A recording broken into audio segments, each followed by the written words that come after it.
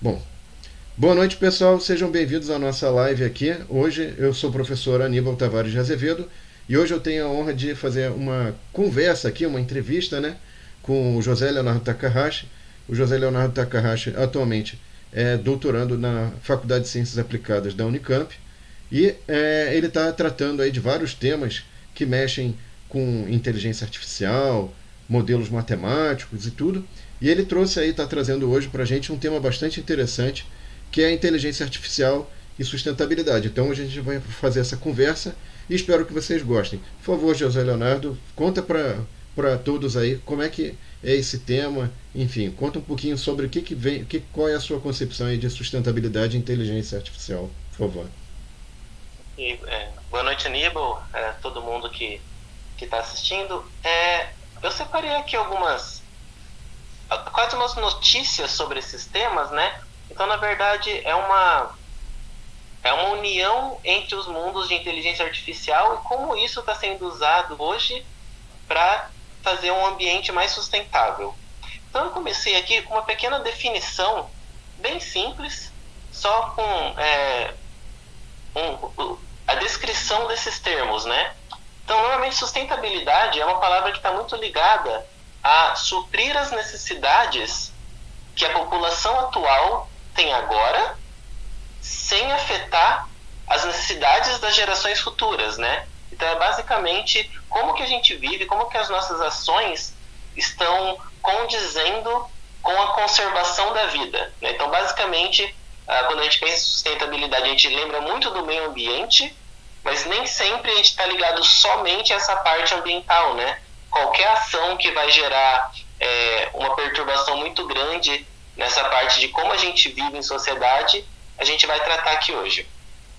E também, não só com todas as ações, mas justamente como que a inteligência artificial está lidando com isso. Então, a inteligência artificial é um ramo muito grande, né, muito amplo da ciência hoje, e para quem estuda isso mais a fundo, tem uma concepção muito bem formada do que é. Mas a população em geral às vezes confunde esse tema com outras abordagens, com muita coisa de tecnologia, e aí tudo fica em inteligência artificial. Então, só para definir um pouquinho, a gente fala que inteligência artificial é um conjunto de algoritmos, basicamente, que simulam a inteligência humana, né? A inteligência similar à humana.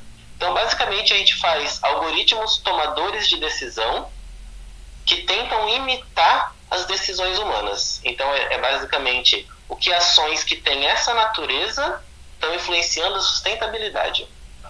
Toda vez que você vai conversar e procurar alguma coisa de sustentabilidade, você acaba caindo nesse tripé da sustentabilidade, que é um ambiente econômico, social e uma parte ambiental, né?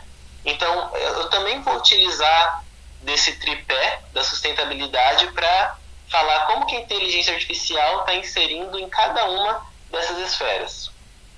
Então, começando aqui, eu fiz algo bem simplesinho, começando aqui na parte social de sustentabilidade, né?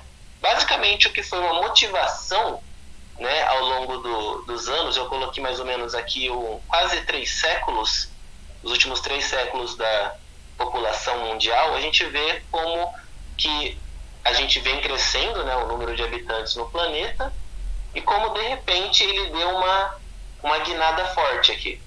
Então eu coloquei em destaque que a gente consegue ver são as áreas representando as eras de revolução industrial. Então, só para a gente se situar um pouco o que está acontecendo aqui, mais ou menos aqui foi em 1917 e 18, o fim da Primeira Guerra Mundial, e mais ou menos 44, 45, o fim da Segunda Guerra Mundial, né? E a gente pode ver aqui, depois da Segunda Guerra, tem um inclínio muito grande aqui da população, né? Principalmente porque nesse momento aqui a gente desenvolveu muito bem a medicina, então a gente começou a viver mais, e também porque acaba as guerras, o pessoal para de morrer, né? Então a população começa a ficar numerosa novamente. Só desculpa, para pontuar, na verdade, né, José Leonardo, faz pouco tempo que a gente teve algum controle sobre as bactérias, né? Então a penicilina, que foi uma descoberta lá pelo Alexander Fleming, não significou necessariamente a disponibilidade imediata daquilo. Tanto é que é muito anterior à descoberta da penicilina, que ajudou a desenvolver medicamentos contra as bactérias, que eram causa de infecções e de mortes mesmo, né? E aí a gente tem esse contraponto. Mesmo dentro da Segunda Guerra Mundial, era difícil os soldados terem acesso à penicilina. Então essa parte industrial ela é importante porque ela permite o acesso a uma grande parte de pessoas, né, aquele medicamento. Porque até então não tinha uma infraestrutura industrial para você fazer medicamento, que é a penicilina, que é algo que é trivial, básico hoje. Naquela época, enfim, não tinha essa disponibilidade, né? Sim, eu até coloquei aqui no próximo slide, né? Eu deixei focado ali que hoje somos 7,8 bilhões de humanos, né? Mas aqui eu coloquei mais ou menos o que seriam, né? O que se deu nas revoluções industriais, né? Então, basicamente, a primeira, que ficou conhecida como Revolução Mecânica, né? Ela tem um destaque, basicamente, a utilização de máquina a vapor. Né? Então, basicamente, aqui foi realmente uma revolução, né? Onde a gente saiu da manufatura para maquinofatura, né? Então, realmente, aqui teve uma quebra de paradigma muito grande. A segunda revolução industrial, que foi elétrica, basicamente é um upgrade da primeira, não exatamente teve uma grande mudança, assim, tão absurda, mas foram basicamente as tecnologias que a gente tinha feito na época evoluindo, né? Então, aqui na terceira revolução industrial a gente consegue ver a criação de coisas muito interessantes, né? Que é de realmente automação dessas máquinas, o que você comentou sobre, né, a pesquisa, a evolução da genética, a criação da internet. Então, basicamente, a gente dessa vez conseguiu formar um arcabouço bom de informações, né, de conhecimento, e popularizar isso no mundo, né? Então, agora, todo o planeta, independente de que grau evolutivo de desenvolvimento estava, agora pelo menos você conhece o que está acontecendo no mundo inteiro, numa velocidade bem rápida, assim, digamos, né? E isso é um outro aspecto, né? Porque a telecomunicação ela permite que avanços científicos, avanços tecnológicos sejam rapidamente divulgados e você permite que, na verdade, coisas que demoravam anos para você entender, compreender, possam auxiliar nos avanços técnicos, científicos, né? Essa é uma coisa importante, é um ponto importante, né? E acho que elencado a isso, é algo que eu busquei aqui, que, por exemplo, muitas pessoas conversam que essa terceira revolução industrial dura até hoje. Né? Mas assim como eu e até o governo do país aqui, tem até um site sobre isso, então a gente conversa sobre essa indústria 4.0, que seria a quarta revolução industrial, que ela tem uma quebra de paradigma um pouco com essa terceira revolução, que é, a partir mais ou menos de 2010, a gente tem uma maneira diferente de olhar para as coisas, né? A gente antigamente tinha várias idealizações de tecnologia, mas não exatamente a gente tinha, por exemplo, o poder computacional para fazer ela ser exercida de maneira eficiente, né?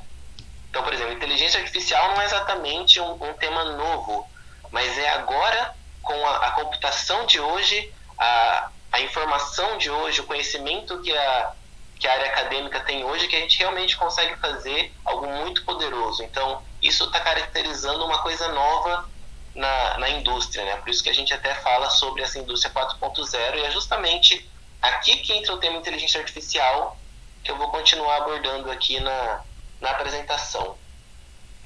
Né? Então, passando aqui para uma parte socioeconômica, né? Sempre que a gente fala de inteligência artificial, vem essa conversa sobre, será que esses robôs, né? essa entidade feita para automatizar uma função, né? Um robô, será que ele vai roubar o meu emprego?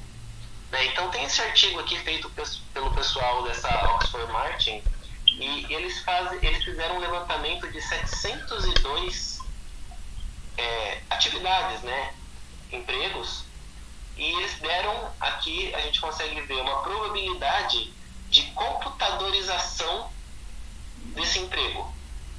Então a gente tem aqui basicamente quase todas as atividades que a gente populares que a gente conhece na sociedade, e o quão computadorizável, o quão substituível essa ação, esse emprego né?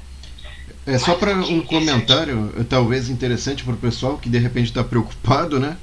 Eu acho que tem algumas atividades que são perigosas, que são danosas à saúde humana, que obviamente você não deseja que ninguém tenha que fazer aquele emprego.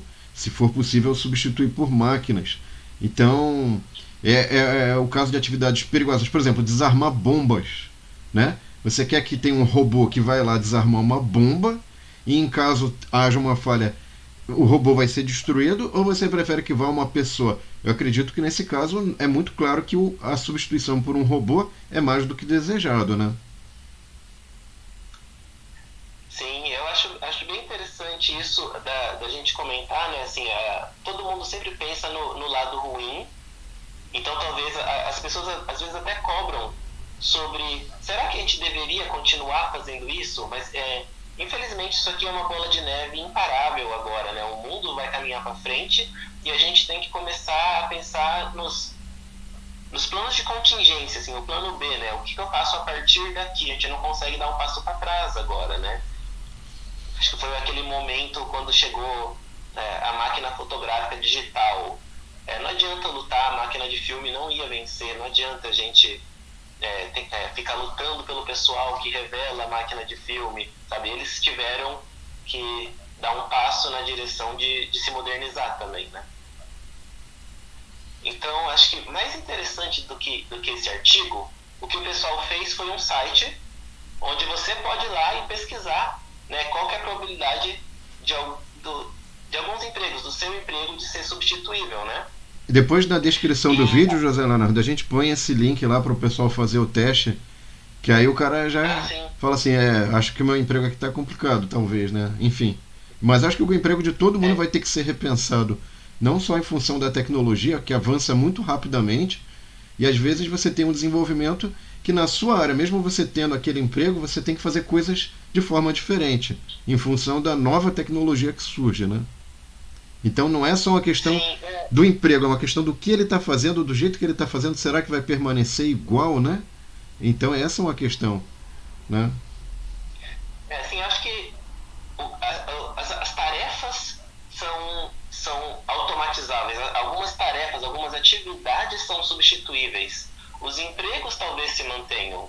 É que alguns empregos talvez sejam feitos exclusivamente de tarefas substituíveis. Aí claramente esses empregos talvez não existam mais, né? Toda vez que você vai procurar alguma coisa sobre esse tema, você sempre encontra assim, os robôs vão roubar meu emprego? Não, eles vão criar empregos novos também, né? Alguns empregos vão ser obsoletos e alguns empregos vão surgir dessa tecnologia nova, né? Então a nossa conversa aqui é justamente sobre isso que ocorreu em todas as revoluções industriais, mas eu acredito que o caso agora seja que talvez eles não consigam criar empregos na velocidade suficiente com que a população esteja aumentando, né? Então o que a gente pode ver é que a inteligência artificial de agora consegue substituir esses empregos que estão aqui nesse site. A inteligência artificial de amanhã vai vir para substituir os empregos de amanhã. Então ela é feita de um paradigma que vai substituir basicamente todos os empregos que existem agora e dos que vão surgir, né? Essa tecnologia vai se modernizar e vai substituir os próximos também. Então a gente vai ter que criar uma maneira de automatizar isso, de automatizar o nosso aprendizado para sempre ficar moderno. Sobre esse site depois também, Aníbal, se você quiser disponibilizar essa apresentação aqui no seu link, aí não tem problema nenhum. Isso, a gente põe na descrição do vídeo, isso. Para o pessoal poder acessar, isso, né? E uma coisa legal que esse site faz, ele deixa aqui, no cantinho esquerdo abaixo, aqui, né? As profissões mais pesquisadas, né? E aí eu tomei a liberdade, lógico, né, de procurar aqui ver quais são as probabilidades que o pessoal que mais procura tem. A gente consegue ver que algumas delas estão bem tranquilas, né? Eles têm pouca probabilidade de substituição, salvo os taxistas e o pessoal da contabilidade, tá, basicamente. Só para a gente entender, José Leonardo, quem está em verde ou uma cor mais escura é uma probabilidade positiva de aumento de emprego, né? Isso a probabilidade que o site traz é sobre o quão computadorizável é o emprego. Certo. Então, as porcentagens altas, na verdade, são muito computadorizáveis, são muito substituíveis. Ah, ok. Né? Interessante. Inclusive, aqui durante a apresentação eu trago algumas coisas, principalmente sobre a parte de táxi. Tá. Né? Mas Tá. justamente aqui, ainda falando um pouco do artigo, ainda falando do site, eu peguei mais ou menos aqui um top 10 bom, um top 10 ruim aqui da parte de substituição. Uhum. Alguns empregos que estão cotados para não serem substituídos, pelo menos não num curto prazo, a gente consegue ver que são empregos bem ligados à parte social, assim, uma parte de contato humano. Então a gente consegue ver aqui, ó, terapia recreacional, terapia ocupacional, né, cuidadores mentais, assim, né, médicos da parte psicológica, Uhum. assistente social. Então a gente consegue ver que são partes muito ligadas ao humano, assim, né, que seria bem uma parte de conversação, de estar ali presente fisicamente como um humano para exercer esse trabalho. E a gente consegue ver aqui na parte automatizável que são empregos realmente muito mecânicos, né? A gente tem aqui, ó, bibliotecário, a parte de agência de carreto e frete, né? Reparadores de relógio, a parte de seguradoras, até técnicos matemáticos aqui, né? E aqui, por fim, um que está marcado em último, a gente tem o pessoal de telemarketing. Eu também trouxe aqui alguma coisa para falar como que o pessoal de telemarketing pode ser substituído aqui. Bom, e aí partindo, né, já que a gente está falando sobre isso, partindo na parte econômica, falando bem de empregos, como exatamente a inteligência artificial substitui esses empregos, né? Então, acho que a gente não consegue falar de automatização sem falar de Boston Dynamics aqui, né? Essa empresa que está ligada bem na parte de fazer um robô físico aqui, né? Uma parte bem mecânica. E eu trouxe aqui umas notícias desse canal Tech aqui, que traz coisas muito interessantes da parte de tecnologia. E em 2018, né? A gente está agora em 2020, então uma coisa que já está antiga pra gente, que eles falam, o robô da Boston Dynamics já consegue abrir portas e segurar para um outro robô para passar, né? Então a gente consegue ver aqui, na verdade, uma bela automatização do trabalho, né? E uma semana depois dessa notícia, a gente já consegue ver que o robô da Boston Dynamics vai abrir a porta mesmo que você o impeça. Não tenho certeza assim do quão interessante seria, né, um robô que tem uma autonomia tão grande para dizer não a você, né?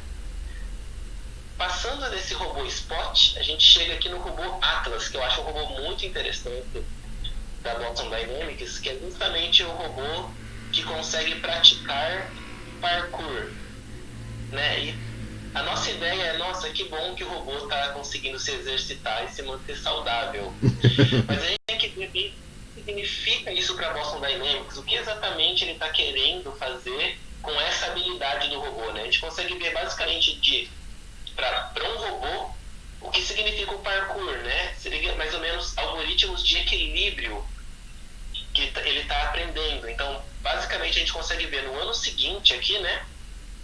O mesmo robô da Boston Dynamics, ele agora consegue carregar caixas.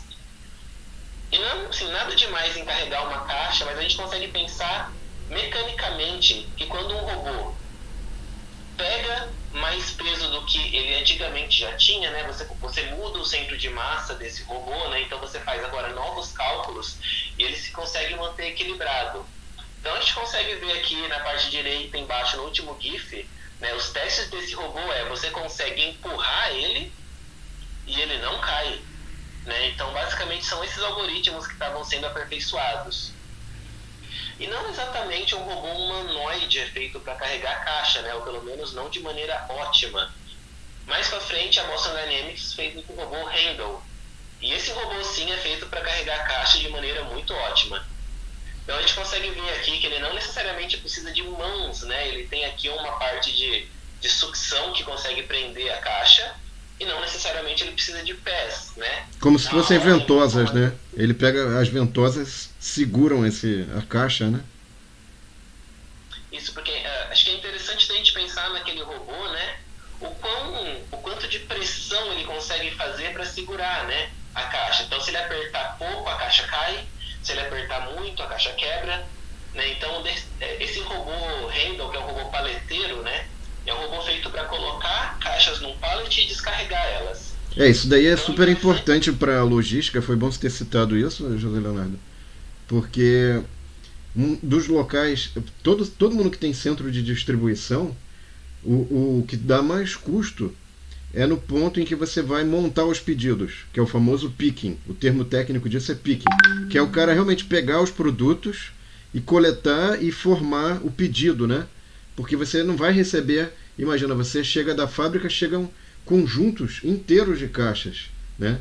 Você não vai receber uma loja, um cliente que é menor, não precisa de tanto produto, ou do mesmo tipo, né? Então esse robô é super importante porque para a parte de logística o custo é muito alto, né? E quando a gente põe custo, infelizmente é um custo também de sobrecarga, né? A pessoa que está ali carregando caixa o dia todo pode sofrer uma série de lesões, uma série de problemas por conta do trabalho repetitivo mesmo. Então é aquela história, o trabalho repetitivo que pode causar dano à saúde humana, né? Será que é interessante ser mantido? Né? Até que ponto também, né? Então aí é uma coisa interessante que você está mostrando, com muita aplicação na área de logística, né? Isso. Eu acho que essa parte que realmente eliminar uma atividade repetitiva do humano é muito, muito bonita, né? Assim, para a gente pensar na parte de saúde, mas olhando bem o lado da empresa, que nem sempre está preocupado assim, tanto com a saúde dos seus funcionários, esse robô ele não cansa, ele não tem 13º, ele não participa de sindicato. Então, de repente, nesse exato minuto, esse robô é mais caro do que você manter um humano fazendo esse trabalho lá. Mas a gente sabe que a longo prazo o robô vai ficar mais barato e o robô vai precisar de menos recurso da parte de RH para você tratar com isso, né? O robô não vai te processar exatamente por nenhum dos motivos que a gente sabe que existe aqui na parte industrial, né? Sim. Então a gente consegue ver aqui, não só aqui no GIF de baixo a gente consegue ver ele trabalhando, a gente consegue ver esse robô pulando e ver justamente toda a parte de equilíbrio dele como está bem montada, né? Então a Boston Dynamics investiu isso lá atrás, né? Fazendo a brincadeira do robô do parkour, né? Mas na verdade ela estava tendo muito know-how aqui, né, em equilíbrio e fazer as coisas bem eficientes. Uhum. Partindo agora para uma parte que eu vou chamar aqui de ambiente-econômica aqui, né? É uma coisa aqui que eu vi funcionando nos Estados Unidos, desse robô carro chamado Nuro. Né? Ele criado em 2016, foi feito testes em 2 cidades, que era Scottsdale, no Arizona, e Houston, no Texas. Então, da parte ambiental, ele é bem interessante porque ele é um robô 100% elétrico, né? O carro 100% elétrico. E onde exatamente está a inteligência artificial dele? Ele não é um robô controlado à distância. Ele tem inteligência artificial embutida como carro autônomo. Certo. Né? E como carro autônomo, ele tem várias câmeras, então ele consegue identificar onde a gente tem o semáforo, consegue identificar se está o sinal aberto, fechado. Ele consegue ver, a gente consegue ver aqui no GIF de baixo, se tem pedestre atravessando a rua, então ele diminui, certo? Então, e o negócio todas as éticas que a gente tinha no carro autônomo sobre e quem estiver dirigindo, quem estiver andando na rua, se esse carro atropelar, o que acontece, né? Esse carro só faz entrega, né? O Nuro só faz entrega, ele não tem nenhum a bordo dele. Então toda a política de segurança é feita para a parte de fora. Então esse robô basicamente nunca vai ficar ninguém. Só para contextualizar, na verdade, né, José Leonardo, essa questão que você levantou é a questão de que quando você teve já acidentes aí com os carros autônomos de empresas famosas, a gente não precisa aqui mencionar os nomes, em que o carro estava dirigindo sozinho, o carro tinha um motorista, né, na verdade. Só que o problema é que você, ao utilizar o motorista e esse motorista está ali, você tem que decidir, às vezes, entre o motorista, a segurança do motorista e a segurança do pedestre, ou de outro motorista de outro carro, que é o dilema, digamos assim, que causava maior problema, né? Só que nesse ponto de vista não há motorista agora, né?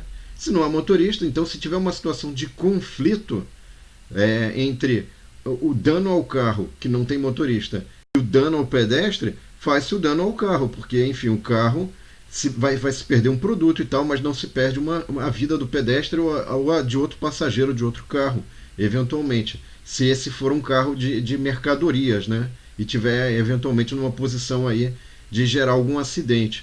Então eu acho interessante esse detalhamento para as pessoas entenderem melhor esse dilema, que na verdade já é um dilema bastante à frente, né? Porque você já está supondo que existe um carro que dirige de forma autônoma e tem os passageiros do carro. Aí você já tem um carro que dirige totalmente autônomo, não tem passageiro, não tem nada e só transporta carga, né? Isso, eu diria assim que a parte tecnológica do carro autônomo não exatamente está tão atrasada, né? Eu acredito que a gente não tem um carro autônomo hoje justamente pelas questões burocráticas e da parte de lei mesmo, né? Porque sem pensar bem, por exemplo, o dilema era, né? Para todo mundo entender, se tem uma pessoa dentro do carro, uma pessoa fora do carro, e chegou numa situação onde, por exemplo, ia ter um acidente, então o carro, como ele que está dirigindo, né? Ele vai ter que fazer a conta o que fazer, né? Se eu acerto, né, o acidente vai ser feito para eu acertar a pessoa que está fora e manter viva de dentro ou ao contrário. Então, se a gente pensar, por exemplo, maximizar o número de vidas, se tiver 5 pessoas dentro do carro e uma atravessando a rua, se for muito perigoso desviar dessa pessoa, o carro vai passar por cima da pessoa e matar a pessoa. Então, por exemplo, se a pessoa foi atropelada, quem que é culpado? Alguém que está dentro do carro que poderia ter feito alguma coisa, o carro é culpado, a empresa vai ser culpada. A empresa nunca vai fazer um carro onde ela vai receber um processo se acontecer um acidente. Então vamos pensar ao contrário. Agora tem 5 pessoas atravessando e uma pessoa dirigindo. Se é maximizar o número de vidas, então o carro vai se jogar no mato e vai matar a pessoa que está dentro. Você não vai comprar um produto que vai te matar, né? Então acho que os dilemas, por enquanto, são esses, né? Então é mais ou menos nesse motivo, nessa linha que o pessoal está desenvolvendo ainda, né? Mas eu acredito de tecnologia, assim, da parte de detectar os padrões com a inteligência artificial e aí tomar as decisões, eu acredito que a parte visual está muito bem desenvolvida, né? Se a gente pegar, acho que não é o tema agora, mas se a gente pegar, por exemplo, os concursos, né, as competições de inteligência artificial para identificar padrões dentro de imagem, acho que, se não me engano, desde 2017, mais ou menos, as inteligências artificiais já conseguem enxergar melhor do que o humano. Então, acredito que da parte tecnológica a gente já está perdendo do robô aí. E tem um detalhe, né? Só para terminar aqui, Nesse slide aí, só aproveitar, tem um detalhe. Você está falando que já está funcionando isso, né? Isso só aqui. para terminar aqui do número, Sim, né, ó, sim. em Houston, onde teve o primeiro teste, né, em 2018, ele continua funcionando. Então, se não me engano, se você pedir compras no Walmart e da pizzaria Domino's, pagando $6 aí, você recebe a entrega de Nuro na sua casa. Tá. E lá mesmo já está rodando o teste para a segunda versão do Nuro aí. Então, como a gente está falando, né, a gente está falando de inteligência artificial parecendo algo muito futurista, mas na verdade a gente está só trazendo notícias do passado e presente, né? 2019 é ano passado, né? Mas está bem recente, Isso, então, digamos assim, né? a gente não está conversando necessariamente do que vai acontecer no futuro, a gente está falando de coisas que acontecem agora, numa escala muito pequena em algum lugar do mundo. Partindo então para uma parte ambiental um pouco mais pura aqui, né, da parte de sustentabilidade, tudo que você pesquisa sobre esse tema, você acaba encontrando esse artigo aqui da Fundação Ellen MacArthur do Google aqui. E basicamente o que eles falam é sobre como que a inteligência artificial vai acelerar a transição da economia que a gente tem agora para o que eles chamam de economia circular, né? Uma economia ecossustentável. Só desculpa, Então, para assim, quem eu não, acho desculpa, quem não sabe o que é a economia circular, a economia circular na verdade é um produto que você tem, que você consome, só que você reaproveita. Por exemplo, pega uma embalagem. O que a gente faz muito hoje em dia que não é nada sustentável? Jogar no mar, né? Será que não tem como a gente reaproveitar essa embalagem, reutilizar, colocar ela dentro de um ciclo, né? O circular é dentro de um círculo no qual aquela embalagem ela é reutilizada, não jogada no mar, né? Porque uma hora também não vai ter mais mar, né? De tanta coisa que está sendo jogada lá. Enfim. isso. Quando você vai procurar sobre esse assunto, você encontra várias coisas sobre a inteligência artificial consegue separar o lixo reciclado melhor que o humano. Mas isso acredito que seja meio óbvio, assim, não é exatamente uma notícia que eu gostaria de trazer aqui, né? Uhum. O que eu trouxe era, a conclusão desse artigo fala que a inteligência artificial vai acelerar esse processo em 3 âmbitos, sendo projetar produtos, materiais que sejam mais ecossustentáveis, que participem mais desse tipo de processo, né, mais rotatividade, seja lá se ele está durando mais, ele é feito para durar mais nesse processo, ou ele é feito com um material que é feito que é melhor reaproveitado, sabe?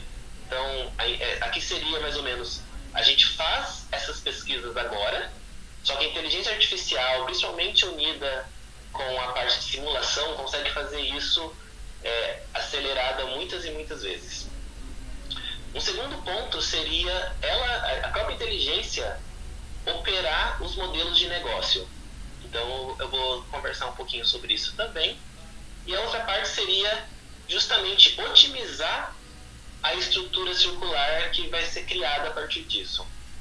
Então esse primeiro ponto que a gente está conversando sobre os produtos, o que eu encontrei, que eu acho que mais me chamou a atenção, foi essa organização europeia da Sintec, que basicamente fez esse projeto chamado Metalurgia Acelerada, que basicamente é esse princípio de formulação matemática com simulação de eventos, e aí colocar a inteligência artificial para ser calibrada nesse lugar, onde a gente consegue fazer, eles estão muito interessados aqui, a gente consegue ver em ligas para fazer combustível mais leve, né, para a indústria aeroespacial.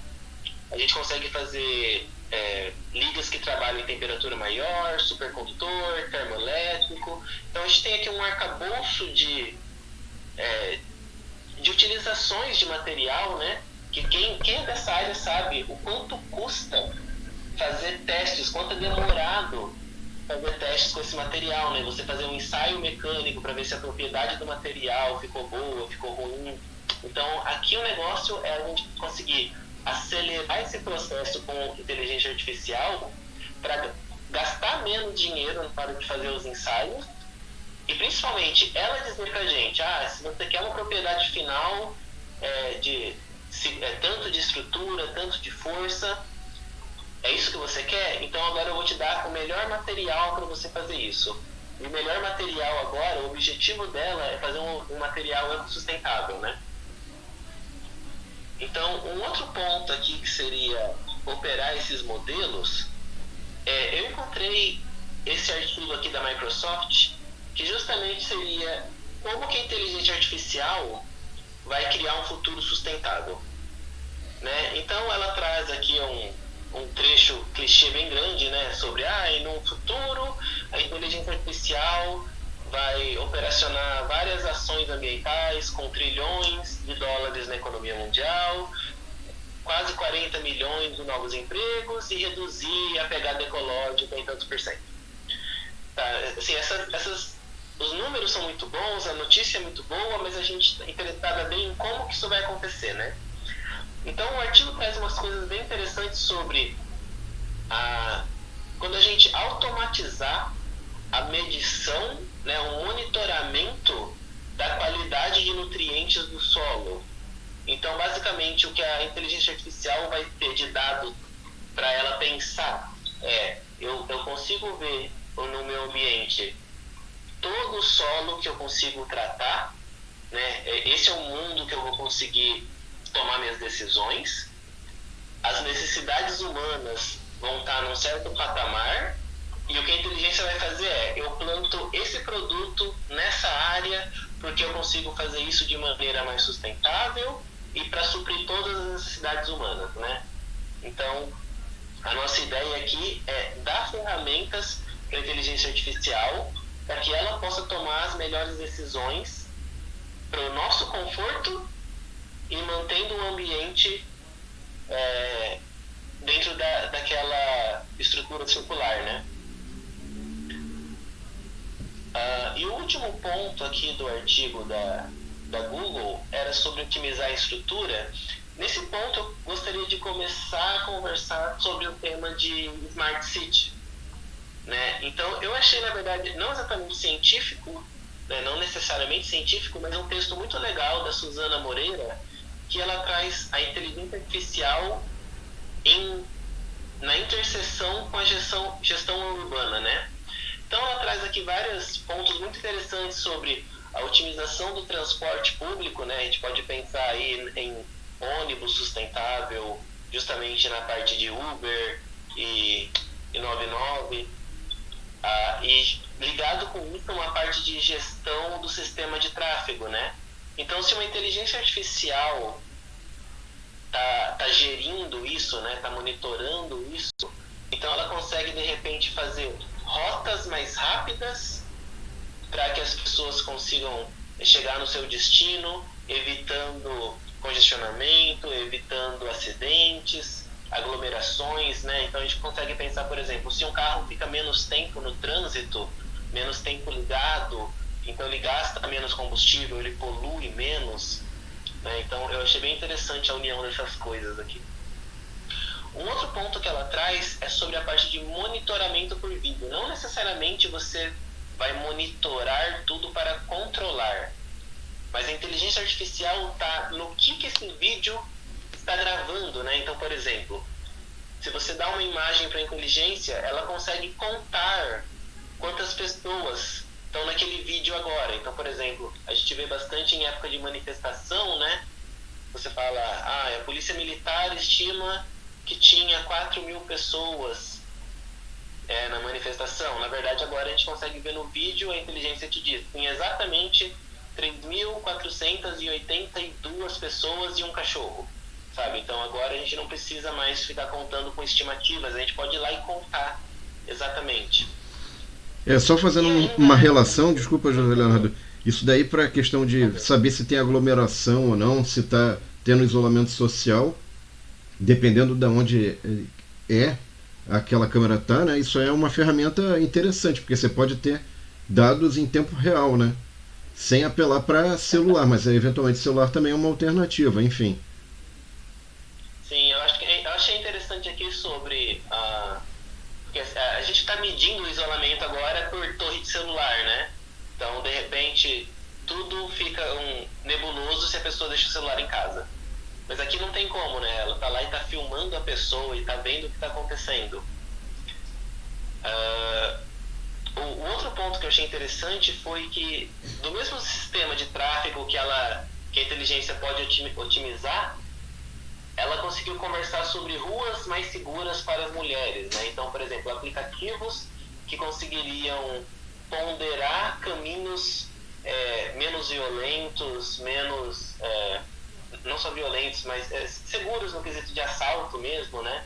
Então, menos vulnerabilidade para o pessoal. A gente sabe ainda que hoje as ruas não são exatamente iguais quando você vai caminhar sendo homem ou sendo mulher. Na verdade, você está fazendo um cruzamento entre a parte de geolocalização do celular e o mapa de crimes, né?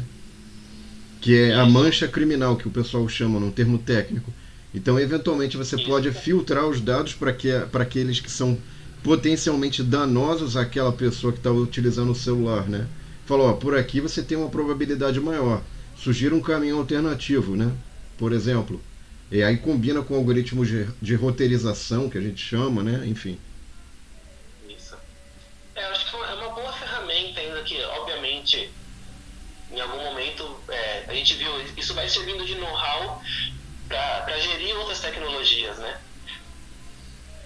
E aí, indo agora para a parte ambiental social, eu achei bem interessante, ainda falando de Smart City, mas eu vi essa parte sobre uma lixeira inteligente.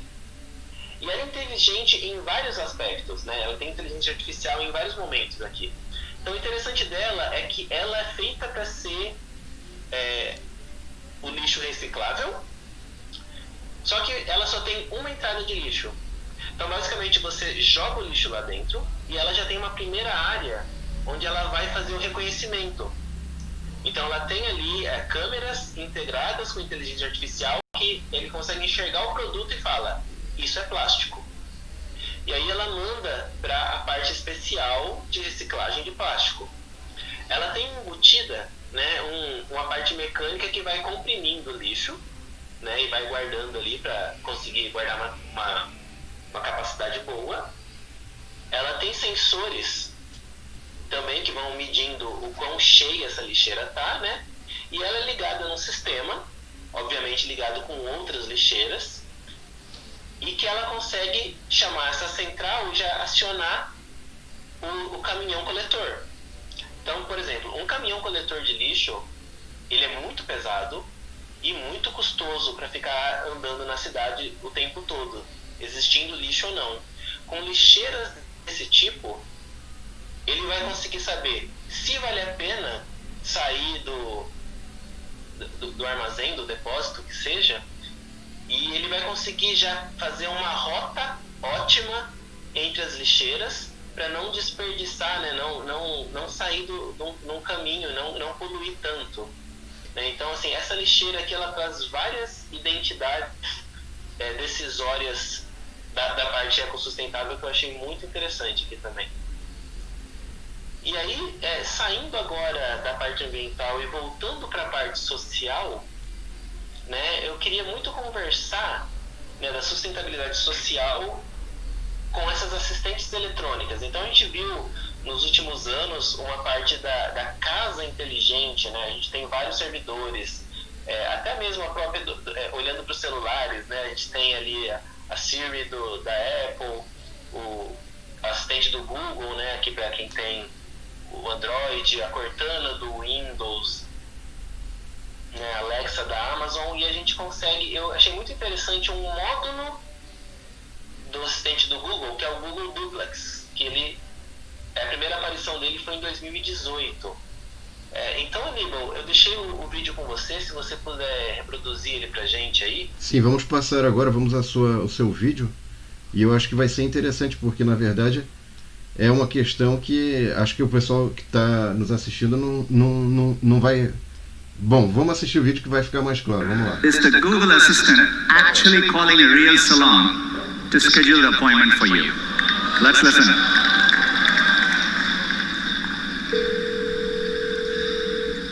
how can I help you?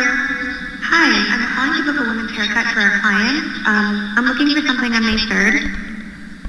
Sure, give me 1 second. Sure, what time are you looking for around? At 12 p.m. We do not have a 12 p.m. available. The closest we have to that is a 1:15. Do you have anything between 10 a.m. and 12 p.m.? Depending on what service she would like. What service is she looking for? Just a woman's haircut for now. Okay, we have at 10 o'clock. 10 a.m. is fine. Okay, what's her first name? The first name is Lisa. Okay, perfect. So I will see Lisa at 10 o'clock on May 3rd. Okay, great. Thanks. Great. Have a great day. Bye.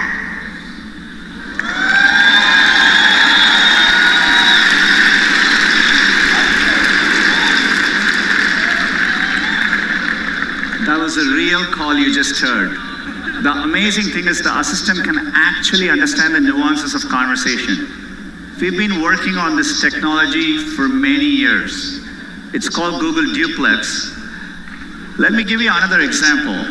Let's say you want to call a restaurant, but maybe it's a small restaurant which is not easily available to book online.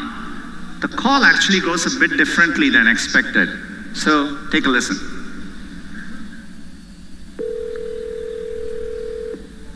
See how may I hear you? Hi, I'd like to reserve a table for Wednesday the 7th. for 7 people? It's for 4 people. 4 people when? Next Wednesday at 6 p.m. Oh, actually we reserve for like upper like 5 people. For people you can come. How long is the wait usually to be seated? For when, tomorrow or weekday or? For next Wednesday, the 7th. Oh no, it's not too busy. You can come for 4 people, okay? Oh, I gotcha. Thanks. Bye bye.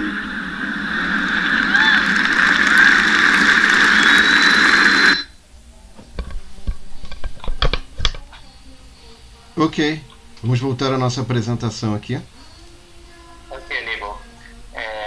Então, o que a gente viu basicamente é esse módulo do Google, esse Google Duplex, que na verdade ele não está interessado na perfeição da fala, ele está justamente procurando essa disfluência, exatamente a maneira que a gente fala, numa conversação natural, né? Então, o interessante foi, ele não só usou o comando OK Google, que a gente usa bastante, né? Falar, marque alguma coisa na minha agenda, e ele foi lá e deixou marcado. Ele realmente ligou para algum lugar, ele conversou com a pessoa não viu que era uma inteligência artificial, né? Que era um robô falando, e agora já fica marcado na sua agenda, vai ficar te avisando depois, né? Então, a nossa automatização do serviço, que a gente estava falando no começo sobre como que o telemarketing pode ser substituído, né? É justamente uma inteligência que consegue completamente entender nuances da fala, gírias, né? E realmente pensar, entender a mensagem e dar uma resposta de maneira satisfatória. E eu iniciei esse papo para a gente conversar um pouco sobre a Sofia. A Sofia, que é um robô da Hanson Robotics aqui, né? A Sofia, ela foi criada em 2015, mas ela foi apresentada ao mundo em 2016. Né? E a Sofia é um robô feito para imitar expressões faciais humanas. Né? Então ela é muito caricata, assim, ela tem várias maneiras de... Você vai conversando com ela e ela vai demonstrando isso no semblante.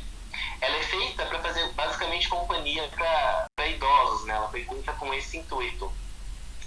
Então, a inteligência da Sofia, o interessante é que ela foi feita para evoluir com o tempo, né? Então, ela vai conversando e vai realmente aprendendo.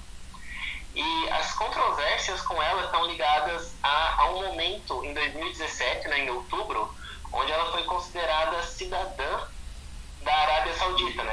Ela é nosso primeiro robô que tem cidadania. Então, o que ficou interessante da Sofia? As polêmicas eram, por exemplo, se ela é cidadã agora, se a gente, por exemplo, desligar a Sofia por um tempo, é um assassinato? Ou, por exemplo, se ela matar alguém, ela vai presa? Né? Umas outras controvérsias têm a ver, por exemplo, ela é um humanoide claramente feminino, e, por exemplo, na Arábia Saudita, ela tem alguns direitos que mulheres às vezes não têm.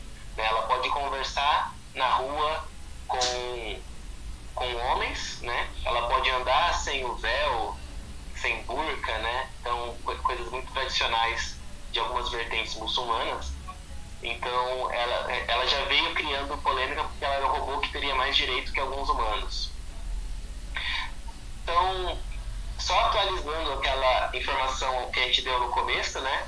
Na verdade, hoje nós somos 7,8 bilhões de humanos e um robô, que é a Sofia. Né? Então, basicamente, o que eu queria trazer a isso, eu só queria terminar a nossa apresentação aqui com algumas frases da ONU, não tão antigas, né, 2018, 2019, que era sobre 1 bilhão de pessoas, né, basicamente 13% da população, ainda não tem eletricidade. Cerca de 2 bilhões de pessoas no mundo não tem água potável em casa, não tem encanamento. 4,2 ainda não tem a parte de esgoto. Né? Que é fundamental para a questão das doenças, né?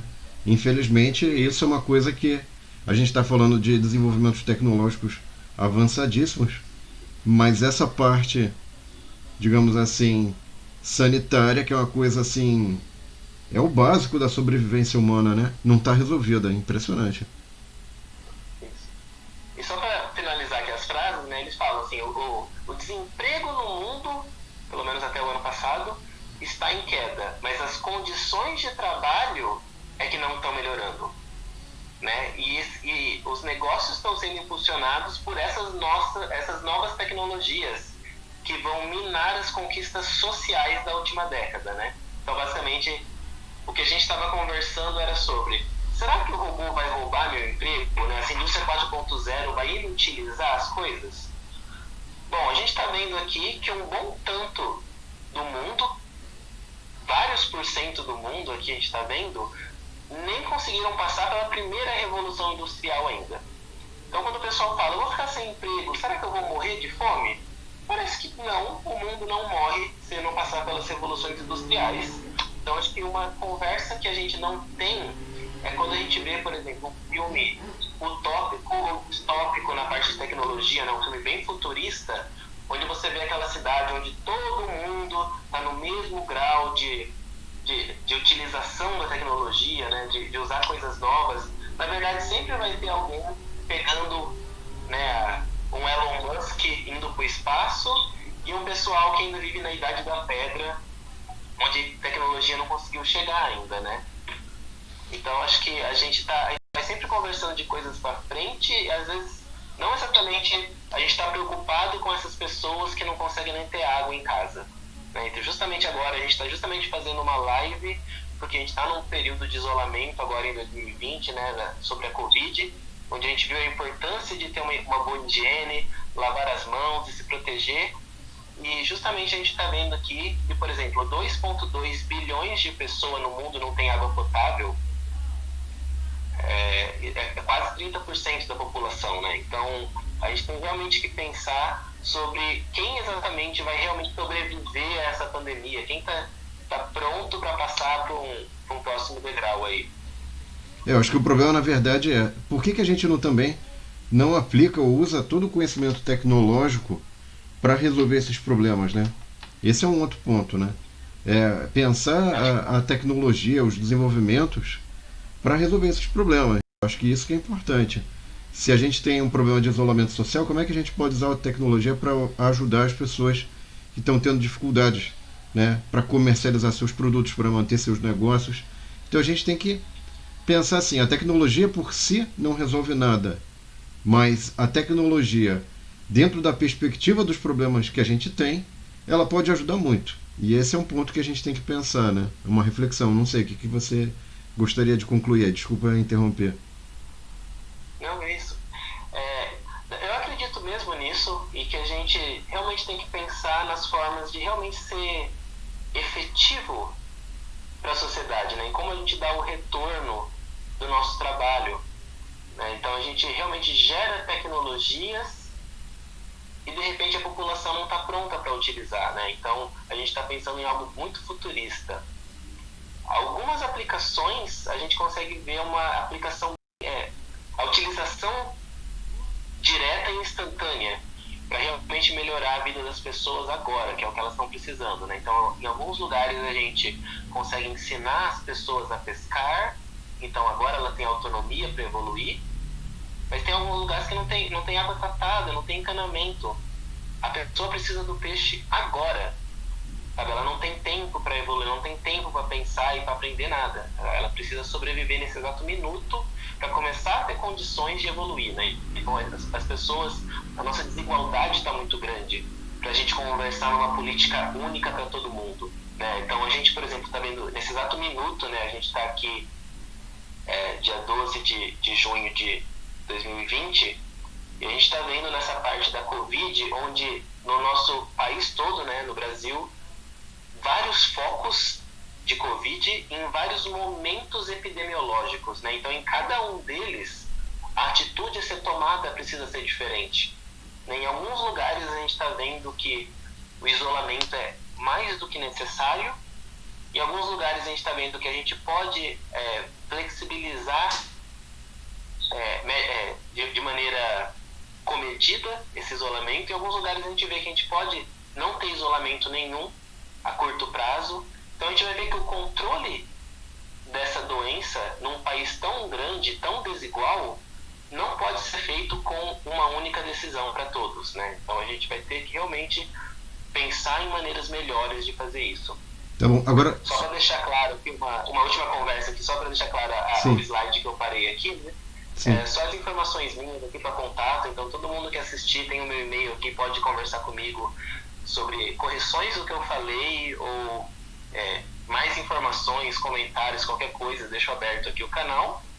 E uma fala aqui da Sofia, né? Basicamente a primeira aparição dela em público em 2016, o próprio Hanson, CEO da empresa, estava dando uma entrevista e ele perguntou para a Sofia se ela gostaria de destruir os humanos, né? Que era basicamente o que a repórter queria perguntar para ela. E a Sofia concordou sem querer ali, né? Obviamente hoje ela está super recalibrada e ela aprendeu um pouquinho de ética e moral, mas a primeira resposta dela foi bem clara sobre uma ordem humana. Entendi, ali é isso que eu ia perguntar. E só fazer uma correção, eu tinha falado para você no início do vídeo ali para o pessoal que você está fazendo doutorado na Faculdade de Ciências Aplicadas, errei. Na Faculdade de Engenharia Elétrica e Computação da Unicamp, né? Na verdade, você está conduzindo suas pesquisas também em inteligência artificial, né? Legal. Eu queria... Sim. Por favor. Eu queria... pode comentar, por favor. Não, só ia falar aqui da formação, né? Os nomes, às vezes, fica meio complicado, nem todo mundo tem acesso ao que é, né? Então, se o pessoal quiser conversar comigo sobre esses arcabouços de informação, de conhecimento que eu consegui construir até agora, eu fiz engenharia de manufatura, que é uma área entre mecânica e materiais. Então, basicamente, algum conceito de metalurgia foi o que eu consegui aprender aqui na graduação. Saindo da graduação, eu fui fazer mestrado em pesquisa operacional, que é uma área de estudo de tomada de decisão, basicamente dentro de engenharia de produção, que foi o foco que eu fiz. E depois fui fazer doutorado na engenharia elétrica, esse é o título, né? Mas é lá na Faculdade de Engenharia Elétrica e de Computação da Unicamp. E aqui no doutorado eu continuei estudando a parte de pesquisa operacional, né, de tomada de decisão, e incluí nas minhas pesquisas a parte de redes neurais artificiais, que basicamente é a matemática por trás da inteligência artificial, pelo menos um dos pilares ali que a gente tem. Então, eu não necessariamente estudo inteligência artificial plena, eu estudo uma parte matemática ali de dentro. Certo. Eu queria, então, fazer o seguinte, José Leonardo. Primeiramente, agradecer a sua disponibilidade. Eu acho que essa iniciativa aqui é importante para a gente divulgar certas coisas que, infelizmente, não circulam de forma muito fluente, mas a gente tem que fazer essa divulgação de como a tecnologia está evoluindo, como ela está sendo usada, e acho que conforme as pessoas tiverem mais consciência e mais acesso a essa informação, elas vão poder participar desse processo melhor. Porque sem informação e sem acesso ao que está acontecendo, você não vai conseguir participar do processo.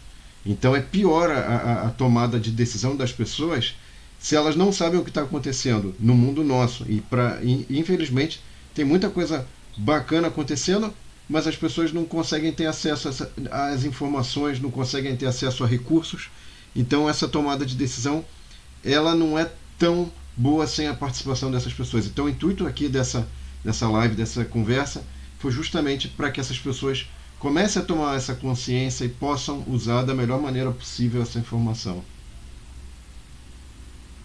Então, queria agradecer e deixar para você as suas palavras finais aí para o pessoal que está nos assistindo.